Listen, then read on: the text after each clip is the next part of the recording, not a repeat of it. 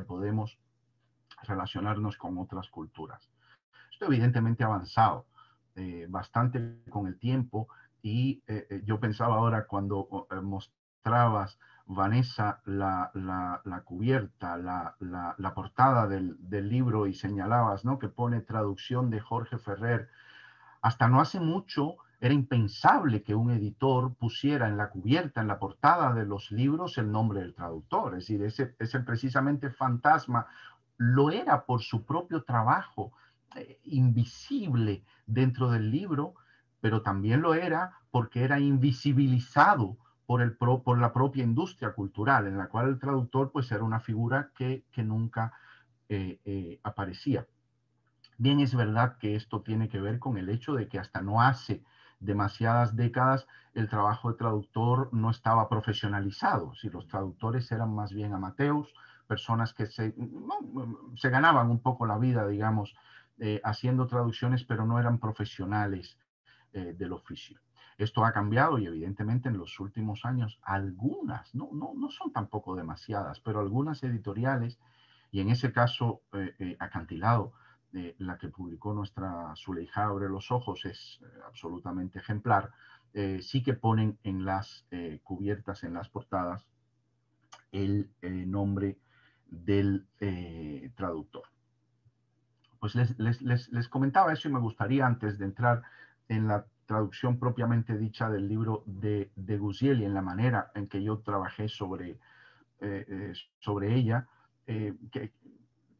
que piensen en eso, ¿no? Piensen que la labor del traductor es no hacerse notar, pero claro, al mismo tiempo tiene la obligación de conseguir que el lector de una novela que fue escrita en otra lengua pueda percibir de la manera más diáfana, pero a la vez más plena, todo el peso estilístico, todo el color del lugar. Y en el caso de esta novela, las de ustedes que la han leído coincidirán conmigo en que el color local es absolutamente imprescindible. Es decir, es casi un personaje más de la novela.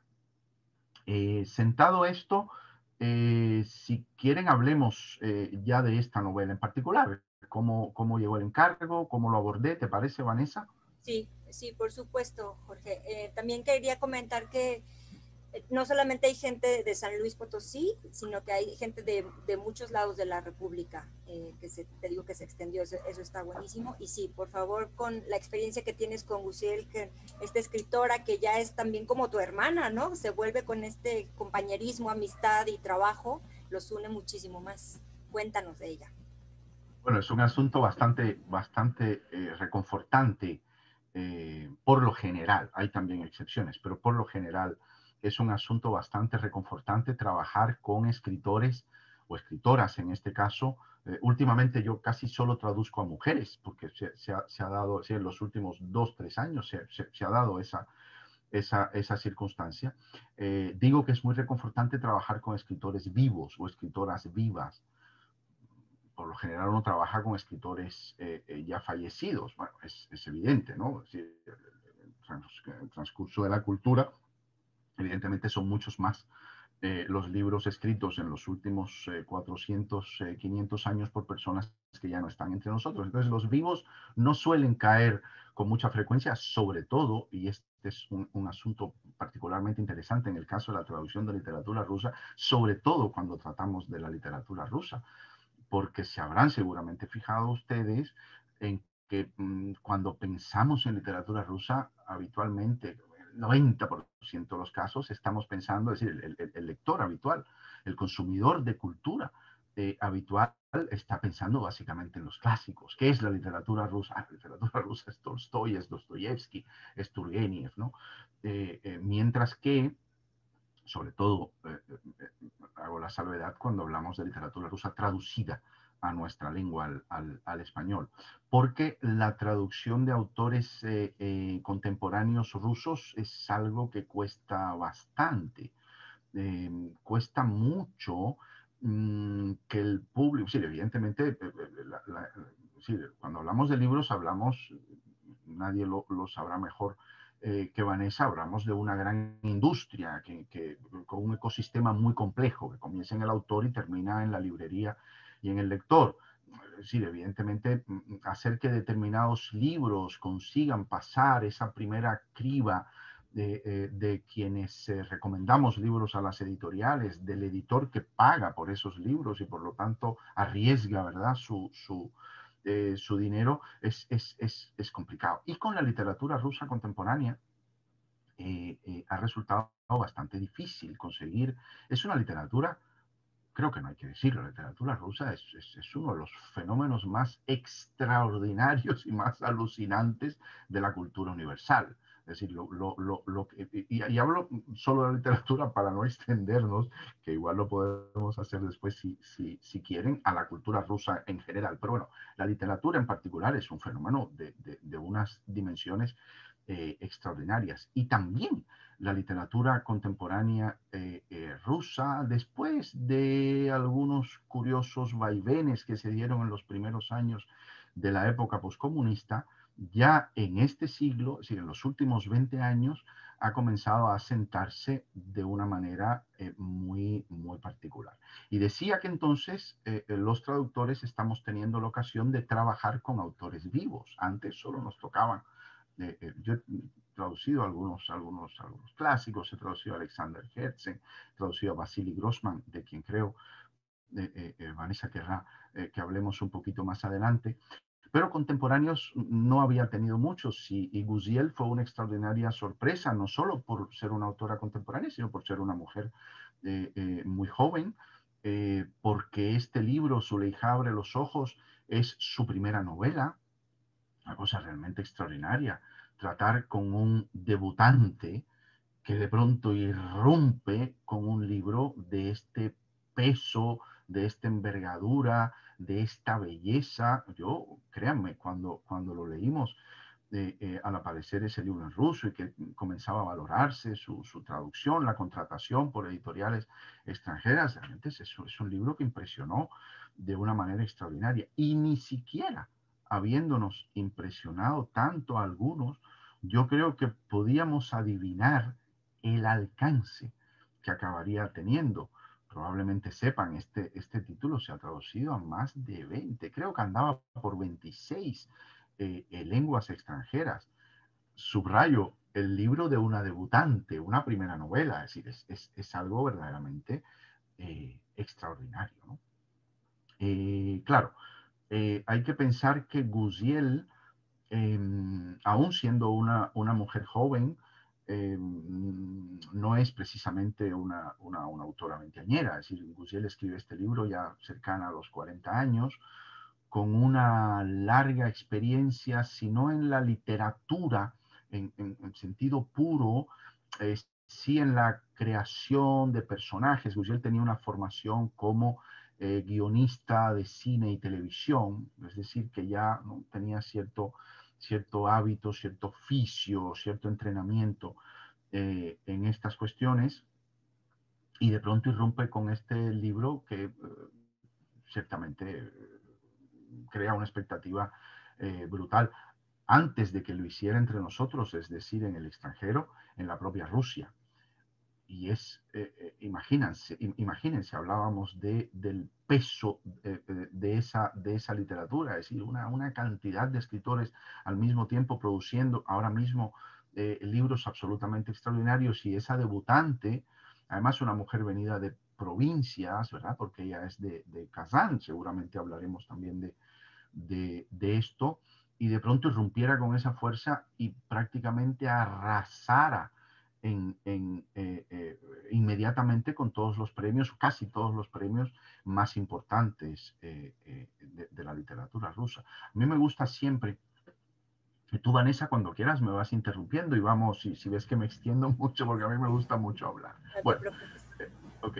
Sí, les decía, a mí me gusta mucho cuando hablamos de los premios literarios y de Rusia, que les decía que Guziel arrasó con prácticamente todos, y siempre me gusta subrayar el hecho, porque es verdad que al menos aquí donde vivo en España, no sé exactamente en México, pero en algunos lugares tenemos la idea de que los premios literarios están un poquito demeritados por aquello de que están sujetos a demasiadas influencias y a veces tiene menos que ver la estricta calidad literaria de un libro que otros determinados elementos para que consiga un premio. En Rusia eso no es así. Yo creo que Rusia, que es un país que tiene, en fin, inmensos problemas de toda índole, yo tengo la impresión, y es algo que comparto con muchos colegas y también con escritores rusos, tengo la impresión de que en lo que respecta al mundo literario, a ese milieu, ¿verdad? A ese medio literario, al de los premios literarios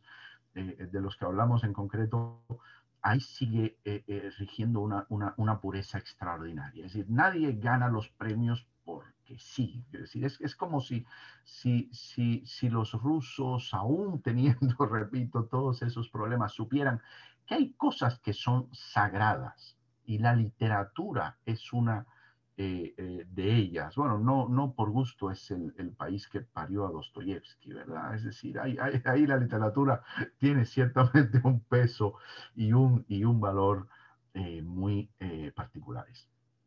El libro de Guziel les decía, retomando, bueno, aparece desvalorado y efectivamente contratado por la editorial Acantilado.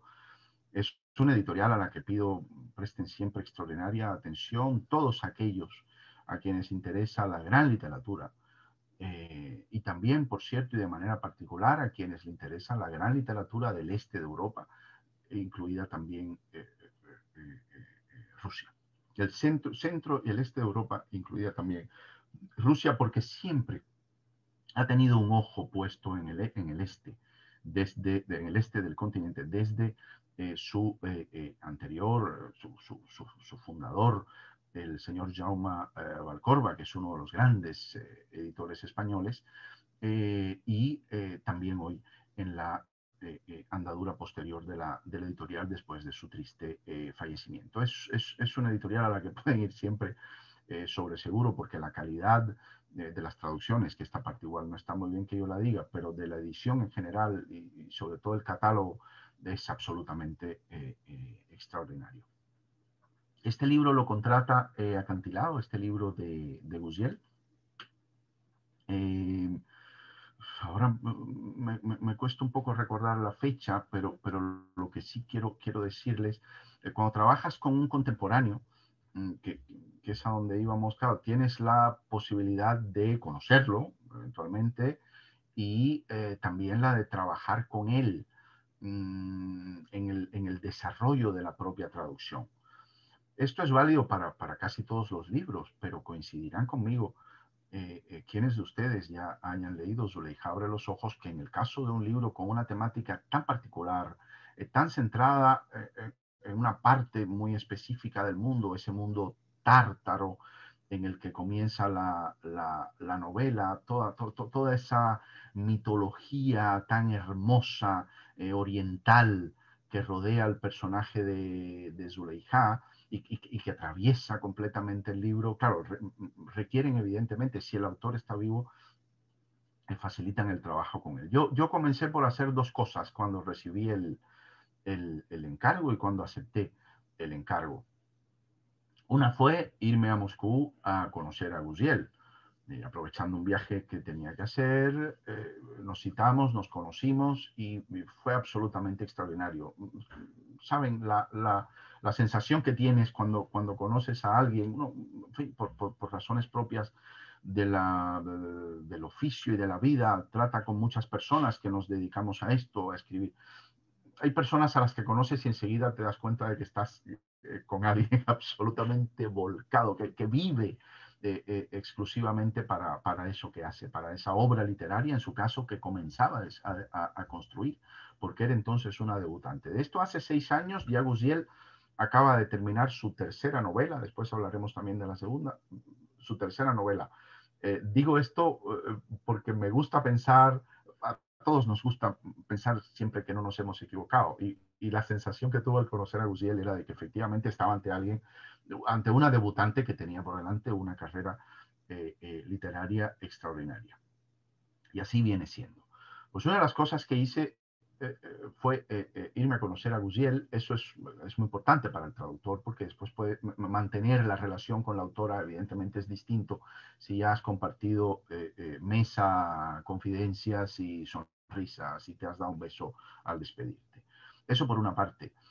Pero lo otro que hice fue irme allí, irme a Tatarstán, una región de Rusia que viví muchos años en Rusia, que no conocía, y me fui con mi mujer. Nos fuimos allí, estuvimos unos 10 días recorriendo toda esa zona, intentando mm, coger ese olor local, esa manera en que funciona allí la gente. Evidentemente no es lo mismo hoy que cuando transcurre la acción de la novela, que comienza en los años 30, 35.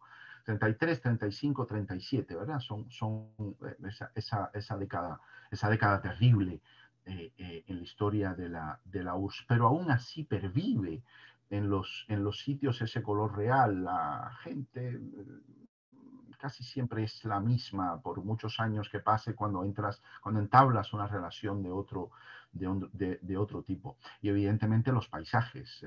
El paisaje es otro gran personaje de la novela de Guziel. Primero el río Volga y después el resto de ríos hasta llegar al Angará, donde montan aquel emplazamiento Semruk, donde acaban viviendo ellos y acaba el personaje de Zuleika llegando, en fin, a su culminación. Yo no sé si tenemos también personas aquí, Vanessa, que no hayan leído el libro y deba yo abstenerme de eso que llaman ahora con la moderna palabra de spoiler, en cuyo caso me abstendré. No, yo creo que lo disfrutaría, no pasa nada. Yo considero que al contrario, lo van a leer con muchísimo mayor entusiasmo. Adelante, Jorge. Pues es un punto muy particular de ese libro, decía, y es manifiestamente la intención de Guziel y Ágina, que el paisaje y en particular los ríos. Guziel tiene, es decir, los ríos son un componente fundamental de sus libros y evidentemente también de la manera en que ella piensa la literatura y piensa la narrativa y piensa la arquitectura, ¿verdad? De sus novelas. Es curioso, y lo habrán percibido quienes la leyeron. En esta novela hay un par de cosas que se notan casi enseguida. Una de ellas, por cierto, tiene que ver con lo que les comentaba hace un momento de la formación de Guziel como guionista de televisión y cine. Es decir, la manera en que está narrada la novela es absolutamente cinematográfica, son prácticamente planos secuencia. En algunos momentos lo que vemos nos parece en algunos momentos estar viendo una película maravillosa. Hasta tal punto es ella capaz no solo de ofrecer los detalles, que de eso hablaré en un momento, sino de construir toda la narración de una manera, precisamente digo, cinematográfica, ¿no? Que va como desvelándole al lector el decurso de una historia de una manera súper gráfica y con unos cortes a veces bruscos. Después aquella escena, si recuerdan, cuando se hunde aquel barco en el río y muere un montón de gente. Esa escena literariamente es una joya absoluta, ¿no? Y yo no sé a ustedes, a mí, claro, yo cuando la leía tenía el peso ese de estar, que seguramente no lo tenían ustedes, pero claro, el traductor mira de otra manera y explico por qué subrayo esto. Puede ser interesante. ¿Por qué subrayo lo de debutante? No es un asunto baladí. Puede serlo para el lector, que sea una debutante o no, carece tal vez de mucha importancia. No así para el traductor. Cada vez que el traductor traduce un libro de un autor, está trabajando con ese libro, pero también con todos los anteriores. Es decir, cada autor ha ido construyendo un lenguaje, construyendo una manera de narrar, construyendo su propio edificio literario a lo largo de toda su obra. Por eso, si traducimos hoy un libro de X autor, más nos vale conocer todos los demás, porque solo de esa manera podremos entender cabalmente, ¿verdad? Esos mimbres de los que está hecho su oficio. En el caso de Guziel, subrayo, no era así, eso hacía un poco más no sé si fácil o difícil, ¿no? Porque también al no tener esa carga previa, esa mochila, ¿verdad? Cargada de otros libros, también uno podía soltar un poco más la mano, por decirlo así. Pero en todo caso, digo, esta es una marca importante, esta marca cinematográfica. Y hay otra no menos importante y que seguro ustedes han notado, que es la manera en que Gusiel Yágina, aún siendo una mujer joven, relativamente joven, es una escritora de 40 años de edad, su prosa de pronto como que nos traslada a la prosa, a alguna prosa, a algunas zonas de la prosa de la literatura clásica rusa. Es muy interesante esto, es decir, ese momento realista, ¿sí? Gusiel es muy de realismo, pero a la vez introduce, yo recuerdo, esto lo comentamos con ella algunas veces, que algunos críticos eh, eh, querían o creían ver en ella aspectos de esto que se llama el realismo mágico, ¿verdad? De García Márquez, esta cosa tan propia de la literatura de nuestro continente, ¿verdad? El realismo mágico, ella se aleja un poco de eso, quiero decir, bueno, de esa teorización, digamos, se aleja. Su trabajo es más bien en clave realista, pero pero a la vez tiene ese momento absolutamente hermoso y profundo que es cómo enlaza con la prosa de la literatura clásica rusa. Por ejemplo, si pensamos en las descripciones de los bosques, en fin, de un Turgenev, ¿sabes? De esos escritores naturalistas rusos así más puros, enseguida vemos una línea de continuidad. Y yo creo una cosa, no, es mi mera opinión, ¿no? Pero yo creo una cosa, y es que el éxito, por decirlo así, o la manera en que Guziel ha conseguido llegar a lectores de todo el mundo, de muchas zonas del mundo, y establecer con ellos un canal realmente vivo, intenso, de experiencia literaria, de experiencia de lectura, es porque junta estas dos cosas. Es decir, por una parte, esta cosa más contemporánea de lo cinematográfico, estos lenguajes que son aquellos en los que nosotros percibimos habitualmente en la cultura, Netflix, esto, lo otro, ¿no? Esta cosa así, tan cinematográfica, pero al mismo tiempo tiene la profundidad, trae el caudal, traigo lo del caudal, justo pensando en la idea del río, que decía, el río no es solo un personaje, es un poco la manera en que ella subrayo, es apenas mi impresión, en la que ella acarrea toda esta tradición de la literatura rusa y la pone a funcionar, pone estas aguas en odres contemporáneos, por decirlo así. Jorge, ¿puedo hacerte una pregunta con esto? Hay momentos que tú la conociste, conviviste con ella, estuviste en el lugar, y hay algún momento en que se presenten barreras culturales, barreras obviamente de este contexto tan diferente que todos, no nada más por ser mexicanos o españoles o cubanos, sino que realmente hay algún momento en que ella te dijo, no, no, así no, Jorge, o no, no es así, y que tú hayas percibido otra idea y que finalmente haya dicho, no, no es así, es que te tenga que dar toda la explicación de lo que ella quiere expresar. O sea, hay esos límites que se tienen que difuminar en el momento del lenguaje. Sí, sí. Yo no recuerdo nada así en particular. Mm, pero mira, fue muy interesante cuando trabajábamos con Guziel y esta cosa de las barreras o la distancia cultural. Cuando traducíamos el libro de Guziel, y digo traducíamos porque simultáneamente estábamos trabajando los traductores o las traductoras, porque eran mis colegas, al italiano, al francés y al inglés, si recuerdo bien. Éramos 4 o 5 traductores que estábamos al unísono traduciendo la novela a otras lenguas.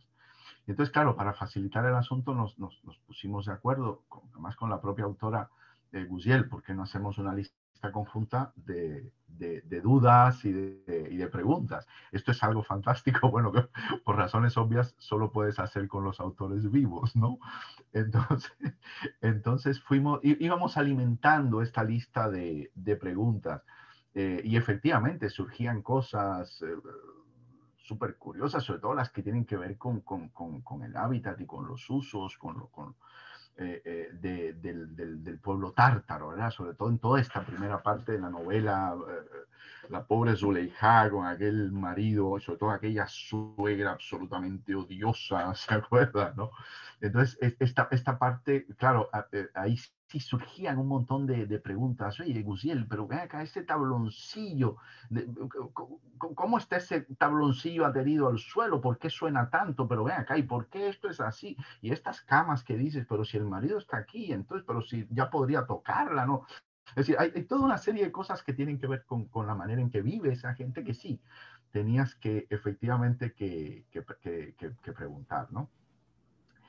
Después, bueno, la barrera cultural. Mira, yo por razones, las que fueran, yo me fui a vivir a Rusia cuando era muy joven, tenía 14 años, entonces viví ahí 8 años, de manera que, sí, entre los 14 y los 21, 22, de forma que, bueno, quiero decir, yo no percibo una gran barrera cultural, digamos, con los rusos, digamos, ¿no? Aparte de que al ser un hombre muy discreto, nunca me hubiera puesto en fin, soy extremadamente cuidadoso de cuidar las relaciones, sobre todo con una persona tan maravillosa como Gusiel. De modo que no hubo esos momentos en los que no nos comprendiéramos. Al contrario, debo decir que es una autora que fue no de una paciencia, porque la paciencia ya le va en el oficio, sino de una generosidad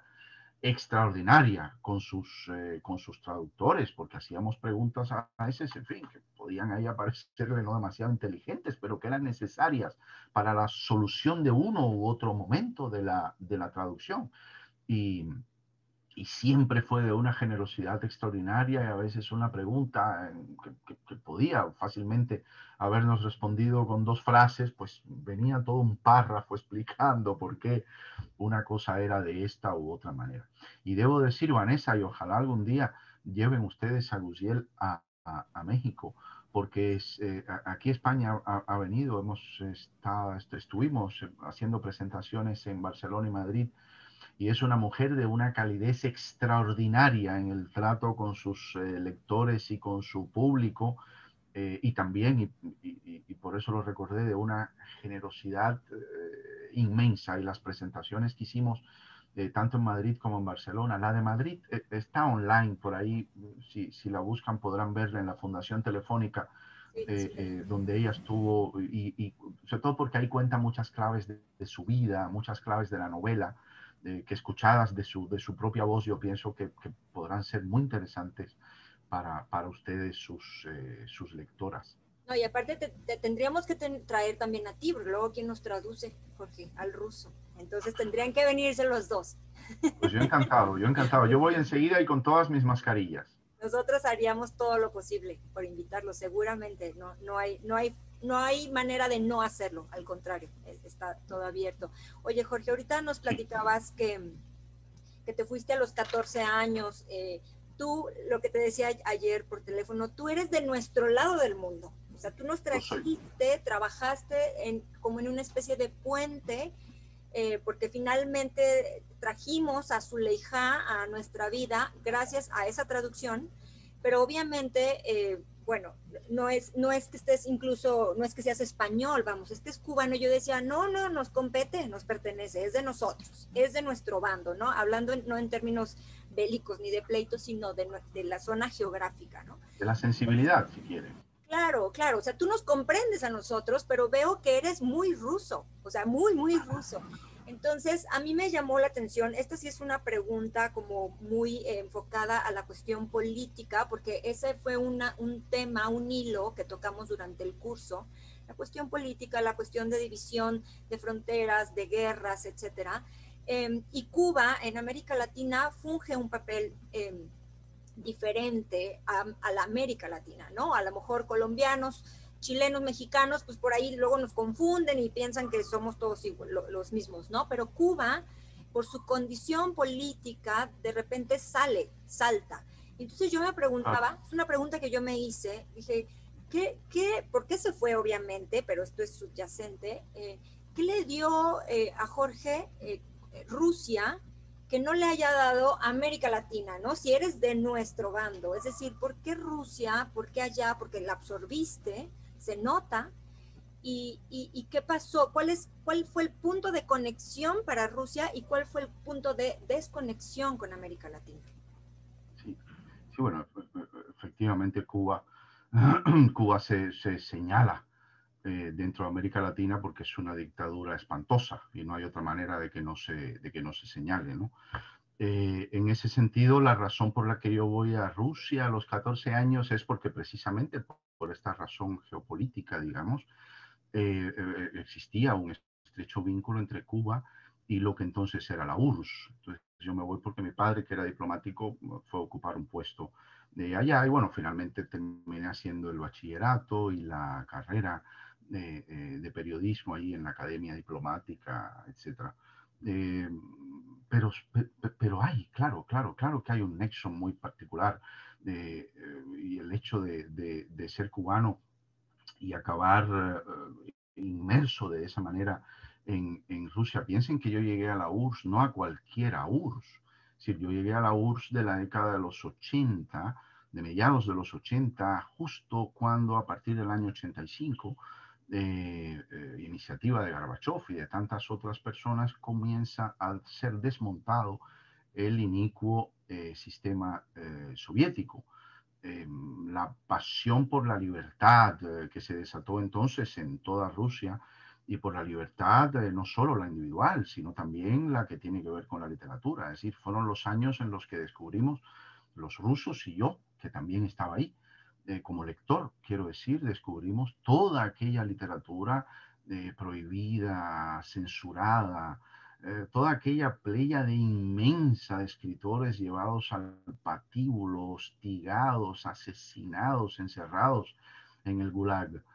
Bueno, mucho de eso hay en Guziel y en otros escritores de su generación. Es muy interesante lo que está pasando con la literatura rusa contemporánea en ese sentido, Vanessa, porque si en los años inmediatamente posteriores a la caída del régimen comunista en la URSS, la literatura que, bueno, primero, buena parte de la literatura que se leyó entonces era precisamente la que fue rescatada de los archivos o la que permanecía guardada en las gavetas, en los cajones de los escritores porque no podían mostrarla, porque estaba prohibida. Eso fue buena parte de esa literatura, pero literatura nueva que se comenzó a escribir era sobre todo una literatura de denuncia, ¿verdad?, del régimen anterior, pero con unas muy comprensibles dosis de rabia, de rencor. En cambio, lo que ha sucedido en los últimos años con toda esta nueva generación de escritores como Guziel es que tienen una capacidad de repensar el pasado soviético totalmente distinta, una manera muchísimo más creativa, si quieres, una manera muchísimo más literaria, una manera muchísimo más cordial, digamos, sin menoscabar, naturalmente, el aspecto de denuncia de lo que fue el estalinismo, ¿no? Pero se ha establecido, bueno, el tiempo ayuda a que se asienten, ¿verdad?, las cosas. Y yo creo que buena parte de la grandeza de esa literatura contemporánea rusa, y el caso de Guziel es un caso paradigmático de esto, radica pues eso, en esa manera nueva de mirar el pasado ya felizmente tan distante. Curiosamente, la segunda novela de Guziel Yagina, que comienzo a traducir en un par de semanas cuando acabe de entregar el proyecto en el que estoy ahora, que es otro proyecto, por cierto, fascinante de una escritora rusa también muy joven, contemporánea, María Stepanova. El siguiente libro de Guziel también se centra en esa época, en la época estalinista, Es un libro que se titula en ruso Mis hijos o hijos míos, pero que los derechos han sido vendidos a las lenguas extranjeras como los hijos del Volga. Y subrayo esto porque precisamente otra vez el Volga, el río Volga, está tan presente incluso en el título de de la novela. Y es otro libro también centrado en esta época. Trata sobre todo, y creo que os va a encantar, es un libro que trata sobre los asentamientos de alemanes en la zona del Volga, alemanes que vinieron, se trasladaron a Rusia en la época de los zares, en la época de Caterina II, que quería poblar esa zona entonces despoblada de Rusia, de granjeros alemanes y esto. Y claro, esas personas generaron todo un entorno cultural, un microclima, si quieren, cultural absolutamente extraordinario. De eso va la segunda novela de Guziel, que ya les digo, tendrán ustedes en librerías, calculo que en la rentrée de este año, septiembre, octubre. Sí, pero ahí nos habíamos quedado en algo, nos quedaba algo de la cosa de la sensibilidad, ¿verdad? Mira, Sí, o sea, cómo impregnas, ¿no? Impregnas y tú también allá destilas nuestra cultura. O sea, es una combinación muy interesante, Jorge. Sí, sí, yo pienso que sí. Mira, a mí me gusta pensarme a mí mismo, en fin, porque a eso me obliga, en fin, mi biografía, ¿no? Me gusta pensarme a mí mismo como esto que llaman los sociólogos un sujeto híbrido. Es decir, yo viví en Cuba hasta los 14 años, después viví en Rusia, la URSS, y después Rusia, porque justo ahí cambiaba durante 8 años. Después volví 3 años a Cuba y después vine a vivir a Barcelona, donde he vivido durante los últimos 26 años. Entonces, claro, eso es algo que me gusta mucho, porque me parece que estos son cosas que suman, que añaden a la manera en que uno ve el mundo, ve la vida, ve la política también, e incluso y sobre todo ve la literatura, ve la cultura, ¿no? Esta capacidad de moverse entre diferentes mundos, que es una capacidad innata a cualquiera, es decir, cualquiera es capaz de emocionarse leyendo una epopeya de la India, una novela de Tolstoy, o qué sé yo, o el Popol Vuh, es decir, cualquiera se puede, cualquiera genuinamente imbuido de cultura, de sensibilidad y de pasión por la humanidad, se siente conmovido por estas cosas. Pero bueno, es verdad que a veces la biografía te da algunas herramientas, algunas pequeñas herramientas adicionales que te ayudan a moverte con más soltura. Y sí, yo muchas veces pienso en esto. No tanto cuando, fíjate, cuando en el momento mismo de traducir, de escribir la traducción. Yo tengo una noción muy, es decir, lo tengo grabado con hierro aquí delante de mi escritorio en lo que se refiere a traducir, que es lo siguiente. Los lectores, es decir, ustedes, deben leer los libros que salen de mi mesa como si esos libros hubieran sido escritos originalmente en español. A mí no me gusta que el lector sienta esa marca demasiado rusa. Hay traducciones que se ven como agarrotadas, como no tienen una cosa, digamos, falsa, ficticia. Eh, lo que yo trato es de que ustedes perciban que ese libro fue como si hubiera sido escrito en español. Y cuando recibo de los lectores esas felicitaciones de, oye, he disfrutado tanto, siento verdaderamente el placer de haber ayudado a que eso sea así. A veces uno le gusta, fíjense qué curioso esto, porque a veces lo comentamos con colegas, a veces uno le gusta, sin embargo, que queden algunas marcas, porque claro, también es bueno que el lector sepa dónde está, ¿no?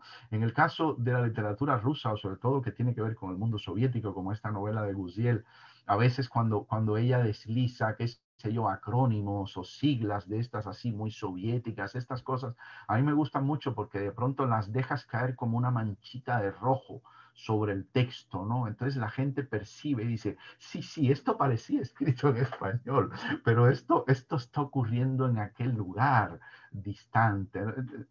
Ese juego es fascinante, créanme, ¿no? Es un juego en definitiva que está hecho para ustedes, para los lectores, ¿no? Es que es nuestra obligación como traductores. Es Oye, curioso porque tiene que ver, perdona Vanessa, no, no, termino no, sobre claro. esto, pero es que pensaba que, claro, hay una maldición, esa maldición bíblica de Babel, ¿verdad? La torre de Babel, la gente separada por las lenguas porque no es capaz de comunicarse, ¿no? Unos con otros, cada uno en su pequeña tribu, ¿verdad? Sin entender qué es lo que dice el otro, sin entender quién es el otro, incapaz, por lo tanto, de ponerse en el lugar del otro, de sentir como el otro, ¿no? Y yo creo que ahí venimos los traductores, ¿verdad? A conjurar esa maldición de Babel y a hacer que todos podamos, es decir, que la cultura realmente fluya de una manera, digamos, natural o lo más espontánea posible. Sí, Perdona, sí. o sea, realmente estás rompiendo con el mito de la no comunicación y eso uno lo agradece. Jorge, y nos estás diciendo que bueno, vas a traducir la segunda novela de Yajina, pero también cuéntanos un poco sobre tu trabajo en pandemia, tus traducciones, tus libros. Cuéntales a nosotros, estoy segura, no crean que me voy a adueñar de la plática, ya sé que soy un monólogo, ellas lo saben muy bien, ya voy a dar paso a que ustedes puedan participar, preguntarle, acabarse a Jorge. Nada más dinos, Jorge, este proyecto que hiciste y que, bueno, la pandemia tiene sus cositas que estamos padeciendo, pero también tiene grandes resultados personales para muchos. Sí, la pandemia a mí, bueno, aparte de regalarme muchísimo dolor y muchísima tristeza, también me dio la oportunidad encerrado en cambio. Nos encerraron, no me encerré voluntariamente, por supuesto, nos encerraron en casa aquí en Barcelona en el mes de marzo. Yo creo que fue sobre el 11, 12, 13 de marzo pasado y permanecimos en un encierro, en un confinamiento bastante terrible, además, rodeados de muerte, o estaba al mismo, porque era un cúmulo absoluto de información absolutamente desquiciante de un mundo que se desmoronaba. Yo, el día antes del confinamiento, estaba haciendo unas últimas compras. Entonces pensé, bueno, la verdad que debería hacer algo con esto. Voy a ofrecerle a una revista una crónica diaria del confinamiento. Y así lo hice. Escribí durante 40 días seguidos, porque me había propuesto precisamente la cuarentena, como los 40 giorni, ¿verdad? En Venecia, cuando los apestados los encerraban 40 días, que de ahí cuarentena. Entonces, durante 40 noches escribí cada día una crónica acerca de lo que estaba leyendo y traduciendo del ruso ese día. Durante ese periodo de tiempo, particularmente me estaba ocupando, yo no sé si lo vean, pero miren, este libro, no sé si la luz pero seguramente Vanessa me ayudará. Este libro de Vasily Grossman, Stalingrado, que es una novela absolutamente descomunal de este grandísimo periodista judío soviético que vivió la batalla de Stalingrado y la contó primero en crónicas y reportajes alucinantes, y después en esta novela y en su segunda parte, que es la todavía más célebre Vida y Destino. Ambas publicadas en Barcelona por la editorial Galaxia Gutenberg. Esos meses yo me dediqué a corregir, porque en realidad estábamos trabajando entonces en una ampliación de esta traducción que ya existía. Trabajaba durante todo el día en ella y por la noche escribía las crónicas. Y esas crónicas después me las publicó la editorial Hipermedia en este libro que ha quedado también fantástico, porque es el sorprendente testimonio de un tipo que está encerrado, rodeado por una peste en un mundo prácticamente medieval, traduciendo a un escritor ruso soviético y preguntándose dónde comprar comida, si se van a morir o no él, su mujer y sus amigos, y ocupándose, porque aparte de vivir con mi mujer, vivimos los dos con un maravilloso perro que está dando vueltas por aquí, aunque ustedes no lo vean. Así que sí, también estas experiencias las vive un traductor y en fin, las, la he contado y me gustaría que la conocieran ustedes también. Sí, no, bueno, ya cuando vengan tú con Yagina a México, entonces te traes tus libros, nosotros los vamos a leer y ya tenemos una doble presentación contigo y con Luciela. Eso será fantástico. Bueno, quiero que mis compañeras, amigas, lectoras, por favor, se sumen a este diálogo. Seguramente también tienen por ahí muchas cosas que preguntar sobre la novela, sobre Jorge, sobre sus libros, etcétera.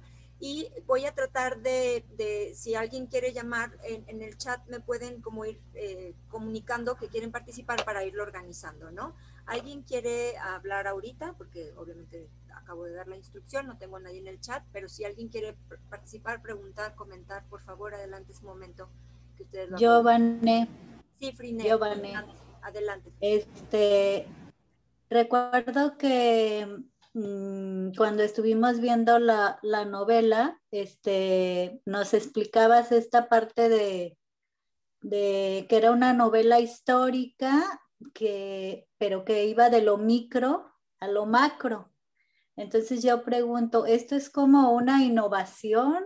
O sea, ¿se puede tomar como una innovación en lo que es la novela histórica? Esa es una manera muy buena de verla. No veo tu nombre, por eso no te llamo por tu nombre. Pero Friné, soy Friné.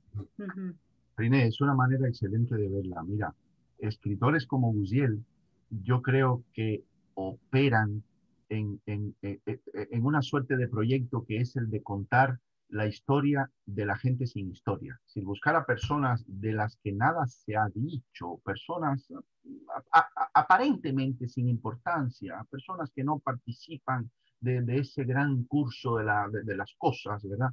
Pero sin embargo cuya existencia alcanza una dimensión verdaderamente universal por lo que han sufrido y en el caso del personaje de Zuleika lo habrás visto por el absoluto crecimiento espiritual de una mujer criada, crecida en ese mundo realmente agobiante, sórdido, sombrío, ¿verdad?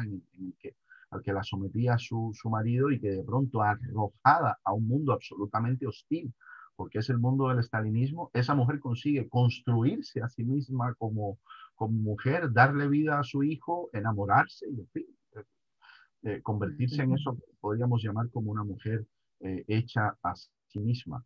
Me resulta difícil elevar eso a una categoría como que es algo que ella ha introducido. No creo que eso sea justo, pero sí es notable que hay varios escritores, digamos, que operan de esa manera. Y es una manera absolutamente bonita de operar. Fíjate, en la segunda novela de Guziel, es curioso, se me ocurre ahora a partir de lo que pregunta, el personaje es un humilde, extraordinariamente humilde maestro de escuela. Yo les contaba que es sobre los alemanes trasplantados al Volga. Entonces es un maestro de escuela y la novela narra sobre todo la relación que establece con uno de sus pupilos, digamos, y otra vez, personas muy pequeñitas dentro de la gran historia de Alemania, Rusia, deportaciones sin nombre, y de pronto en eso micro llegar a lo universal. Ok. Muchas gracias. Gracias, Friné. Gracias. Por favor, Berito Alvarado, por favor. Vero. Sí, gracias. Hola, ¿qué tal, Hola. Jorge? Un gusto conocerte. Somos muy afortunadas, como bien se lo hice saber a Vane, el logro de esta charla, pues es súper gratificante y bueno, pues un honor conocerte. Yo comentarte, bueno, pues felicitarte porque no es nada fácil, ahorita escuchándote tu labor de transmitirlo, esa sensibilidad, esas emociones que la lectura nos presenta, se me hizo algo fantástico y la descripción que hace, bueno, pues bien lo comentabas, nos hace totalmente trasladarnos a ese espacio en específico del que se habla. Tuve la oportunidad de ya hace algunos años de estar en Rusia, no mucho, quizá un mes aproximadamente, y bueno, me encantó, me enloqueció, pero sí batallé en lo personal, lo comento, el trato con la gente.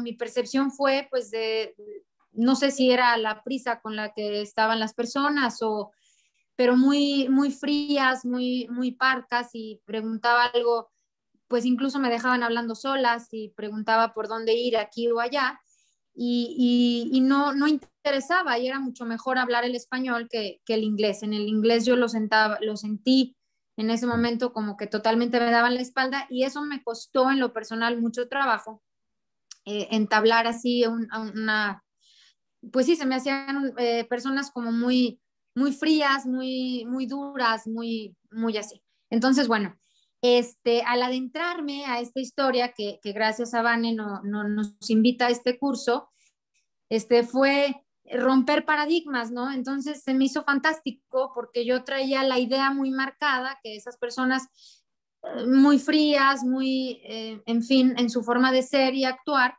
y bueno, porque habían sufrido la guerra, o sea, todo lo que traemos detrás, y con eso me había quedado, tristemente, ¿no? Entonces, al tener esta oportunidad de adentrarme a esta maravillosa lectura y de tu mano, pues que tenemos la oportunidad, claro, de tenerla al alcance, con esta excelente traducción, me atrevo a decir, porque fue fantástico viajar, estar ahí y sentir esa angustia y sentir ese coraje y decir, ¿cómo le hace eso ese hombre y por qué? Y con ganas, o sea, fue una frustración que la vivimos en todos lados y bueno, y sigue sucediendo en todo el mundo, ¿no?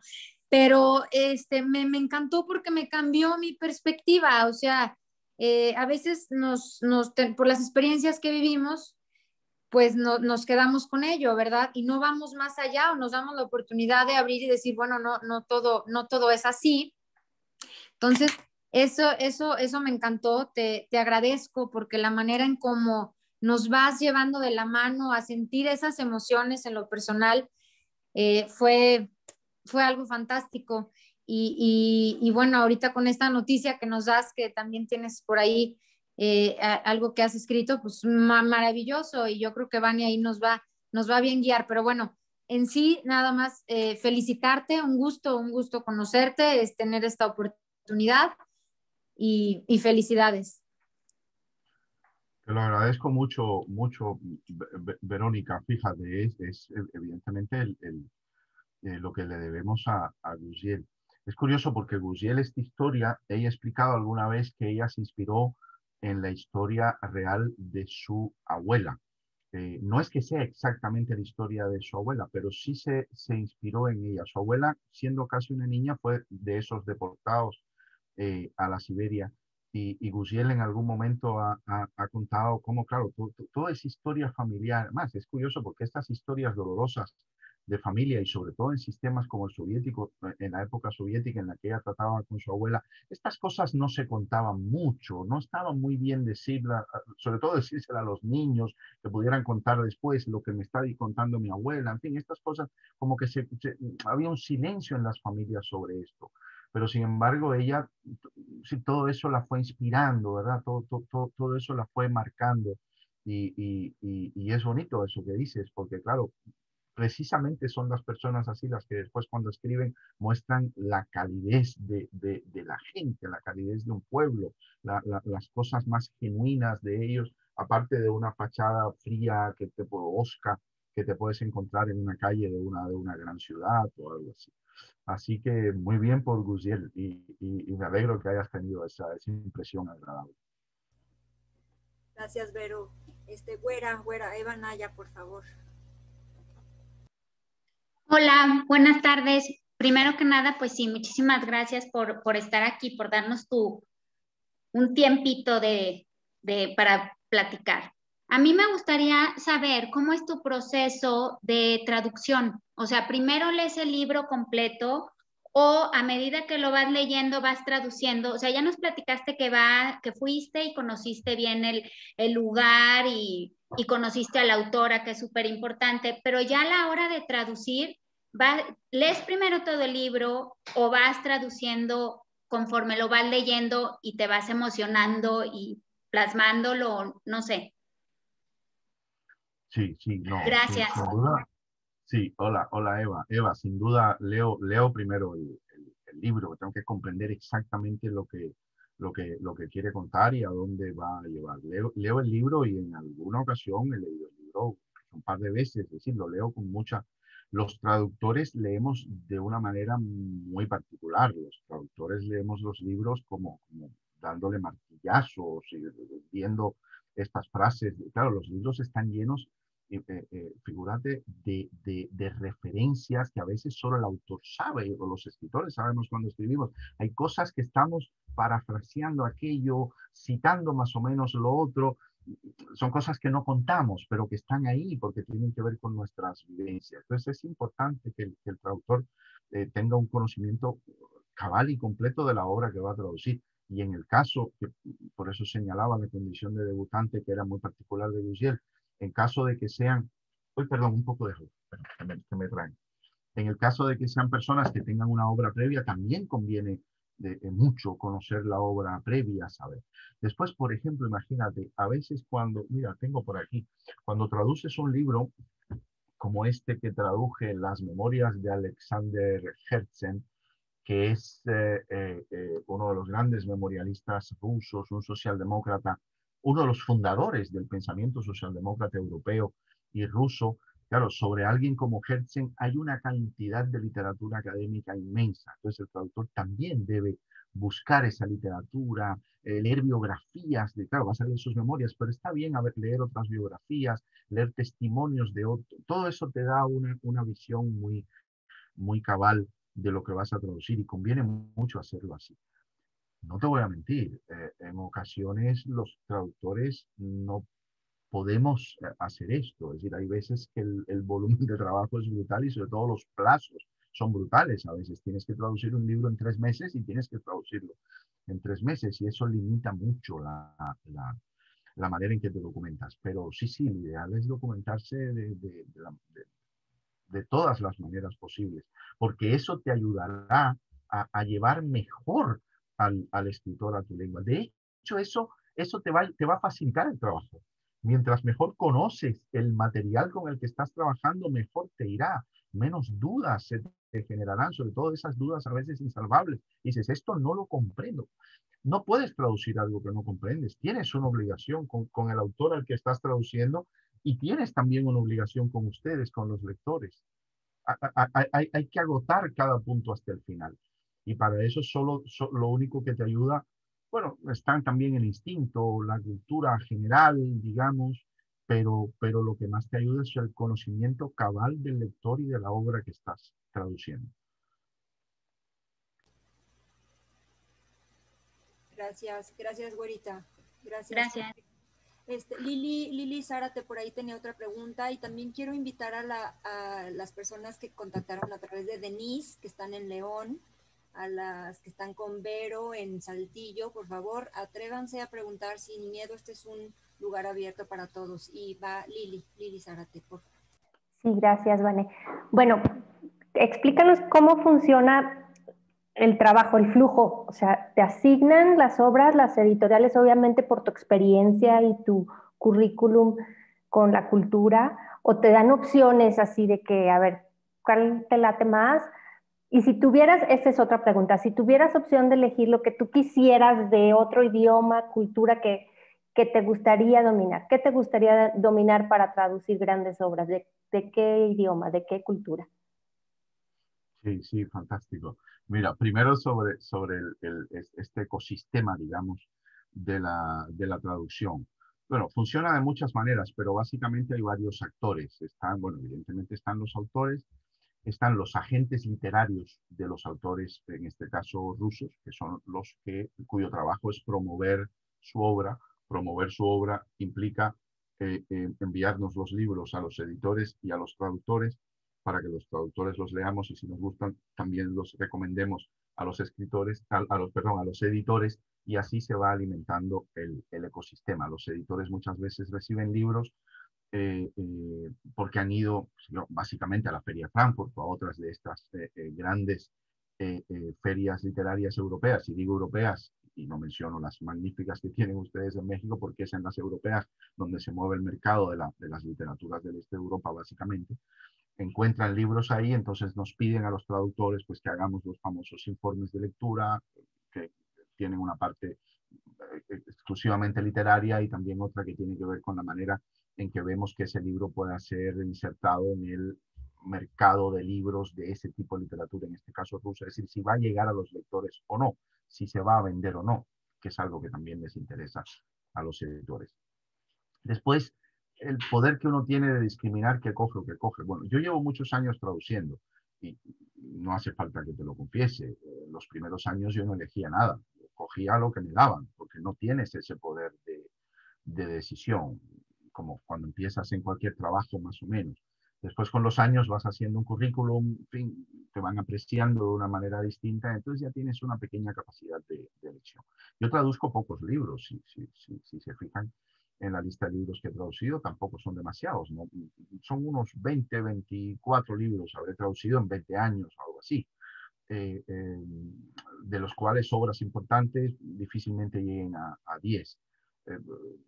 Eso es también porque no traduzco demasiado, digamos. Hago también otros trabajos e intento que la traducción no se convierta en algo que tengo que hacer todo el tiempo y entregar inmediatamente. Así puedo conseguir, creo, traducciones un poco mejores, dedicarle más tiempo, corregirlas una vez, otra más, preguntar, buscar. Y esto. Pero bueno, eso son cosas que más o menos te va dando el tiempo. Y después, ¿qué me gustaría conocer y traducir? Pues mira, primero me gustaría conocer y traducir la literatura rusa mejor de lo que la conozco. Conozco lo que conozco, pero me gustaría conocerla todavía mejor, poder dedicarle muchísimas más horas, tener muchos más años de vida para dedicarme a ella. Y después me gustaría traducir de otras lenguas del este. La literatura que se hace en centro y el este de Europa, los países de la antigua Yugoslavia, Rumanía, Polonia, Austria, son literaturas absolutamente, es decir, en ese espacio del mundo, en esa franja, esa ancha franja del mundo, sobre todo lo que pivota sobre el antiguo imperio austrohúngaro, realmente la densidad literaria de esa parte del mundo es absolutamente alucinante y me encantaría poder leer esas lenguas, pero dependo de los traductores. Gracias, Lili. Gracias. Y Berito, Anaya, Vero, por favor. Hola, buenas tardes. Sí, ¿verdad? Tardes. A mí me gustaría, yo no he leído el libro, así que yo soy de las que ya ahorita corriendo voy a ir a encargárselo a Vane para que me lo mande, porque acá ni siquiera hay manera de conseguirlo.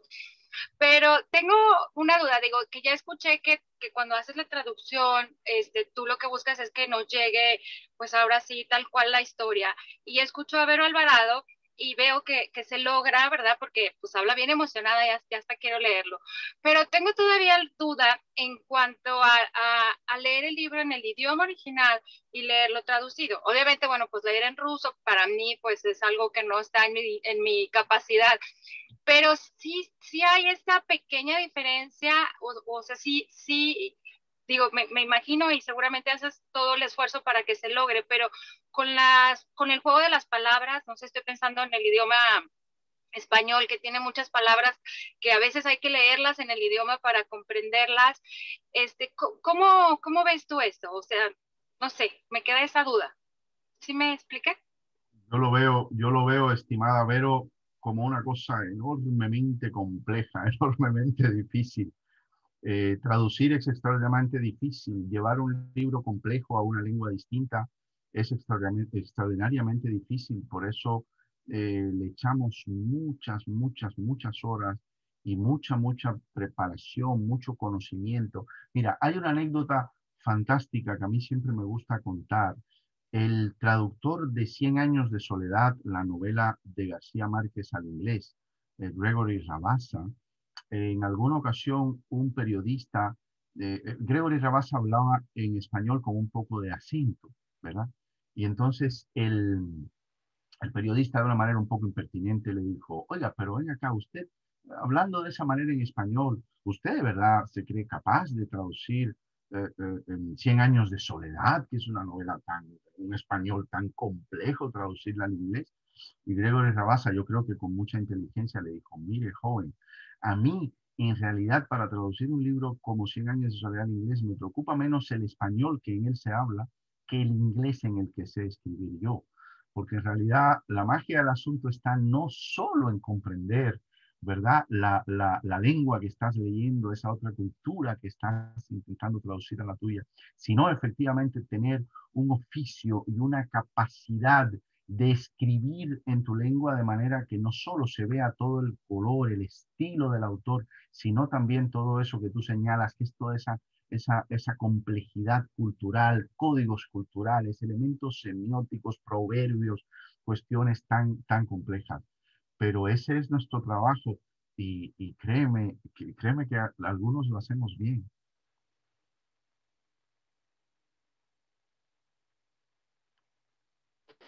Sí, sí se ve. Bueno, ahora yo voy a leer la novela, pero muchas gracias, Jorge. Y bueno, ya nada más una más. O sea, o sea, la carrera del traductor es, o sea, cómo es?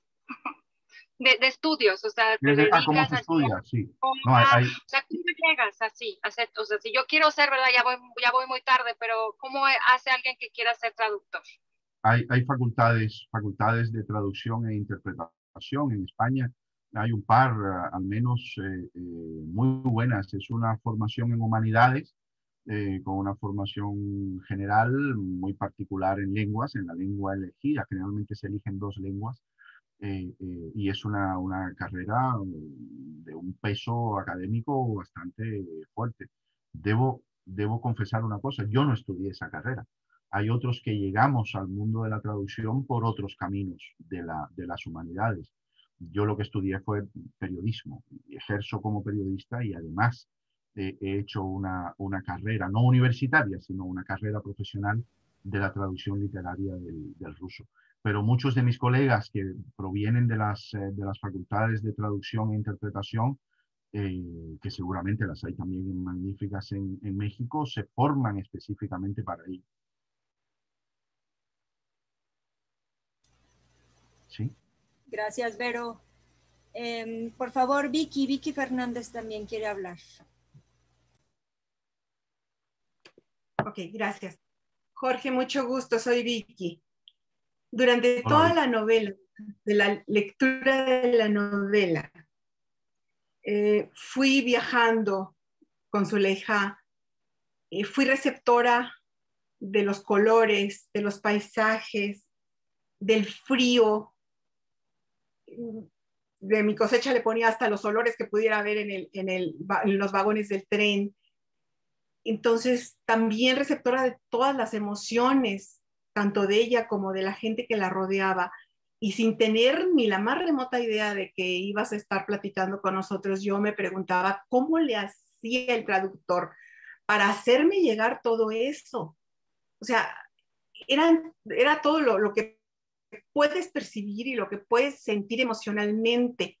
En una clase anterior comentaba yo que me llamaban perdón, Siri se metió.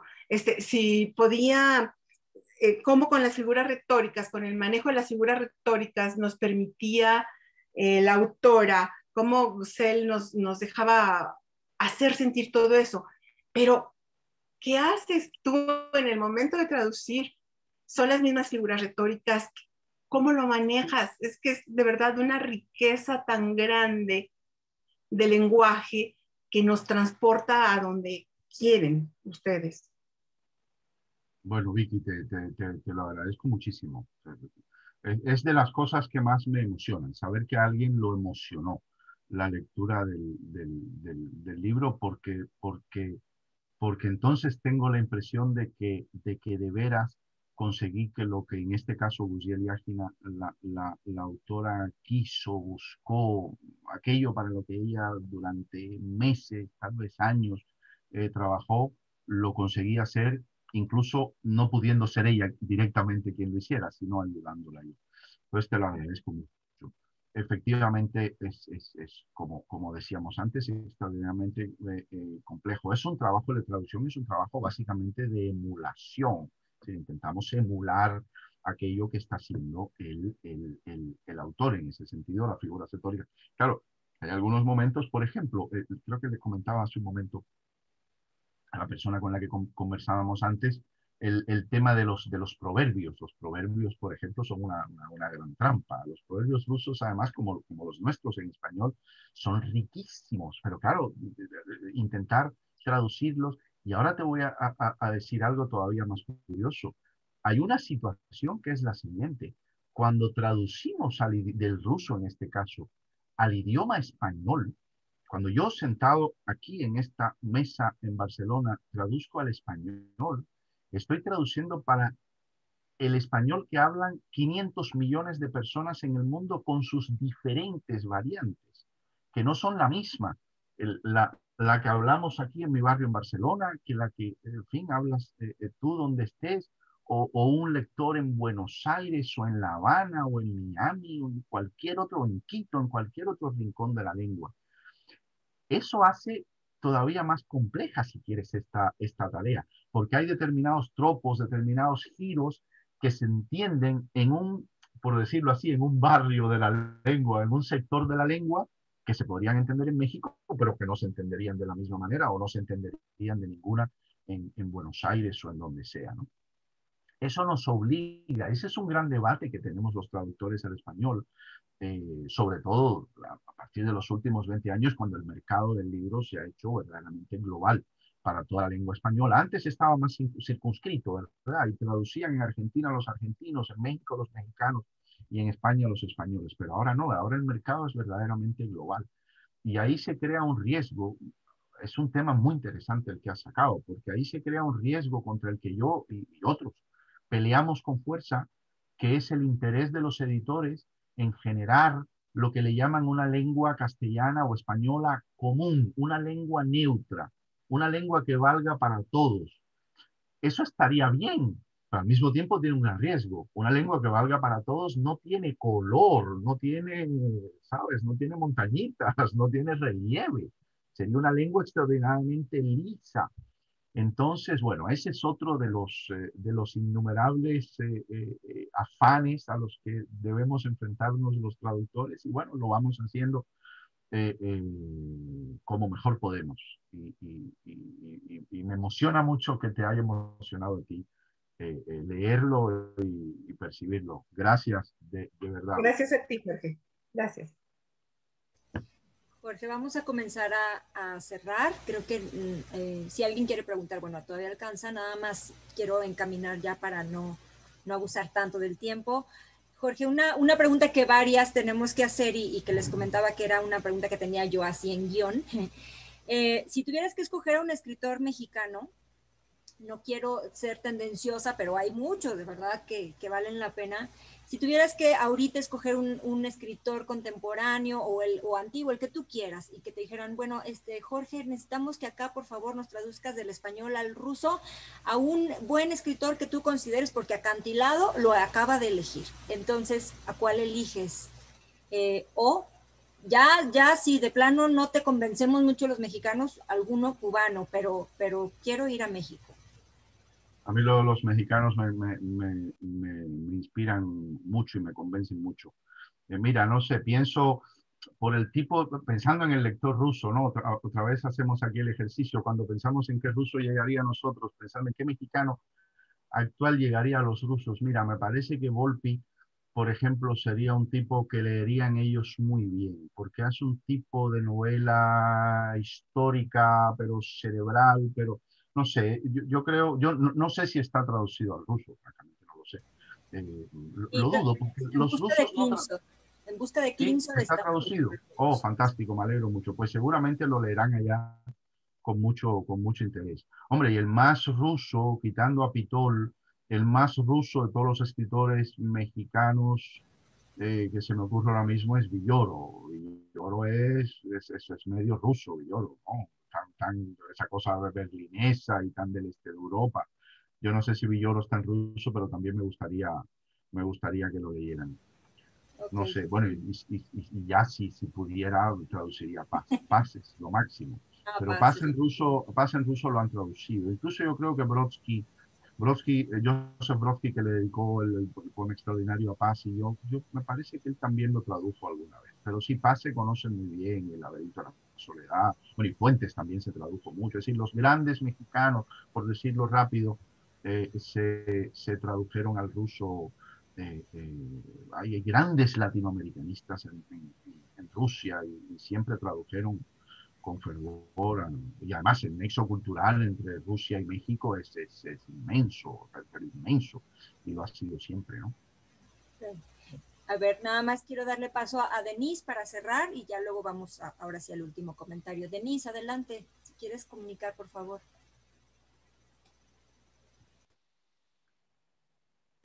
¿Está Denise? Sí. Denise. Bueno, Denise pregunta, Jorge, que ahora que ves con perspectiva y volteas así toda tu experiencia que has tenido en la traducción, ¿cómo calificarías tu primera traducción? Dinos cuál fue tu primera traducción. Llegaste y dijiste, oye, hola, yo hablo ruso perfectamente, quiero hacer una traducción, ¿o cómo fue el proceso?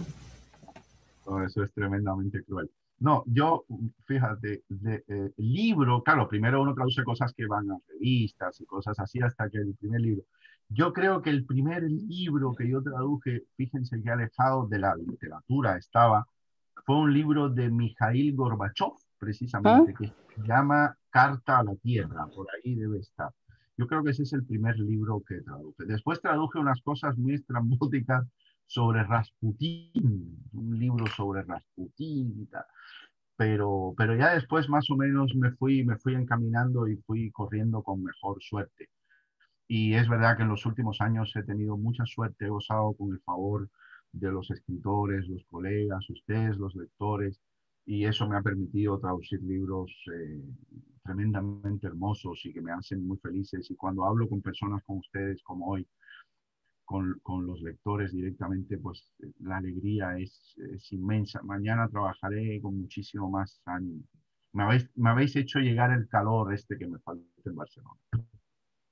Gracias, Jorge. Ya para terminar, última. Jorge, a mí me gusta mucho leer biografía, creo que se los he comentado, incluso ahorita estoy leyendo de Acantilado. No es que Acantilado me haya pagado un peso, obviamente, por difundir, pero lo que cuestan los libros de Acantilado es por esto que trae detrás. Estoy leyendo una biografía de María Estuardo con Stefan Zweig, bueno, este escritor también tan talentoso. Talentosísimo, pero yo sí te tenía esta pregunta porque sabemos que Rusia ha tenido una historia muy complicada, muy, muy complicada. A veces pensamos que los mexicanos o que América Latina hemos sido muy devastados, pero realmente también Rusia lo ha sido. Y llega un personaje hace 20 años que se llama, bueno, se apellida Putin. Que uno no sabe si quererlo o no quererlo, sus índices de popularidad aumentan, tiene a los rusos en muchos aspectos en los cuernos de la luna, y entonces tienes un libro que tradujiste. ¿Sí es cierto esto? ¿Hubo una traducción de un libro de Putin? No. ¿No lo has hecho? Bueno, pues pero no estás alejada de esto. Es porque un libro que traduje hace poco, en la portada pusieron una foto de Putin.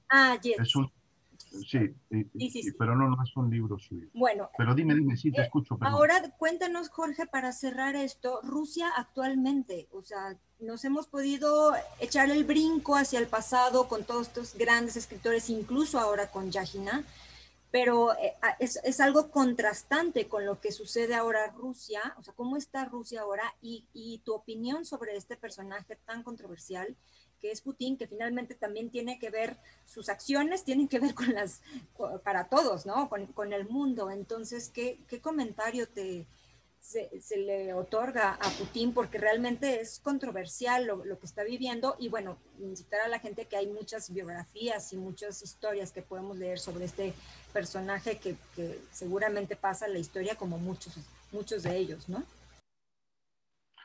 Sí, hace unos meses, Vanessa, tuve la suerte de estar con Lyudmila Ulitskaya aquí en Barcelona. Sí, una entrevista para el diario El Mundo, uno de los grandes diarios españoles, y estuvimos conversando sobre muchas cosas. Lyudmila Ulitskaya, te decía, es la gran dama viva de la literatura rusa, acaba de cumplir 78 años, digo porque fue hace un par de días. Un escritor absolutamente deslumbrante, de una raza como escritor espectacular. Y cuando hacíamos la entrevista, en algún momento, Ulitskaya tiene una posición muy clara, contraria al gobierno actual de Rusia, al gobierno de Vladimir Putin, y es una de las figuras más queridas, digamos, por el estamento cultural ruso, digamos, liberal, es decir, opuesto a la política del gobierno. Y yo le preguntaba, en algún momento en la entrevista, le pregunté a Lyudmila Ulitskaya, le dije, Lyudmila, ¿usted conoce a Putin? ¿Qué le parece Putin? Y Lyudmila Ulitskaya me dijo, desde la altura de sus entonces todavía 77 años, me dijo, querido Jorge, yo a Putin no lo he visto en mi vida porque yo no me relaciono con ese tipo de gente. Y tú y yo llevamos una hora, me dijo, hablando sobre literatura rusa, sobre esas cosas magníficas que haces, que hago, que hacemos. ¿De verdad tú crees que debemos ensuciar esta conversación hablando de un tipo como Putin? Por eso yo creo, mi estimada Vanessa, que mejor no nos ocupamos hoy. Ya me lo dijiste todo, tal cual. Ya alguien más que quiera comentar, ya para cerrar. Jorge, de verdad ha sido un deleite tenerte, aprendimos muchísimo, todavía nos enamoraste más de Gusel Yagina, todavía a la gente que no la ha leído seguramente van a ir en 5 minutos a adquirir el libro, y de verdad es siempre agradecer la generosidad que tienen ustedes con su agenda apretadísima y el espacio, las palabras, el tiempo que nos regalan a nosotros para poder seguir en esta tarea que a veces también, Jorge, en México es un trabajo complicado. O sea, aquí todos los que estamos aquí somos una especie en peligro de extinción en este país, y tú lo sabes. Entonces, la verdad es que lo agradezco muchísimo. De verdad es profundo el agradecimiento y abrir la puerta para que en algún momento podamos tenerte en México, en San Luis, en León, en Querétaro, en donde sea. Finalmente todos estamos aquí, y que pudieras también venir acompañado de Gusel Yagina, ¿no? Que sería algo increíble. De verdad, gracias por este tiempo y gracias por todo lo que nos das. Gracias a ti, Vanessa, y a todas ustedes, queridas amigas. De verdad que me habéis dado una enorme alegría, y pasar este rato hablando con ustedes me ha hecho intensamente feliz. Buenas tardes. Gracias a todas. Coman rico, descansa, Jorge. Buenas noches para ti. Gracias. Muchas gracias. Gracias. Nos vemos al rato a todas las demás. Gracias. Gracias. Increíble. Muchísimas gracias. Nos vemos en la tarde, noche. Gracias por preguntar, por participar. Gracias, Dani. Gracias. Bye a todas. Bye, Moniquita, Buena, Lore, Lía. Gracias. Gracias. Bye, Lore. Gracias.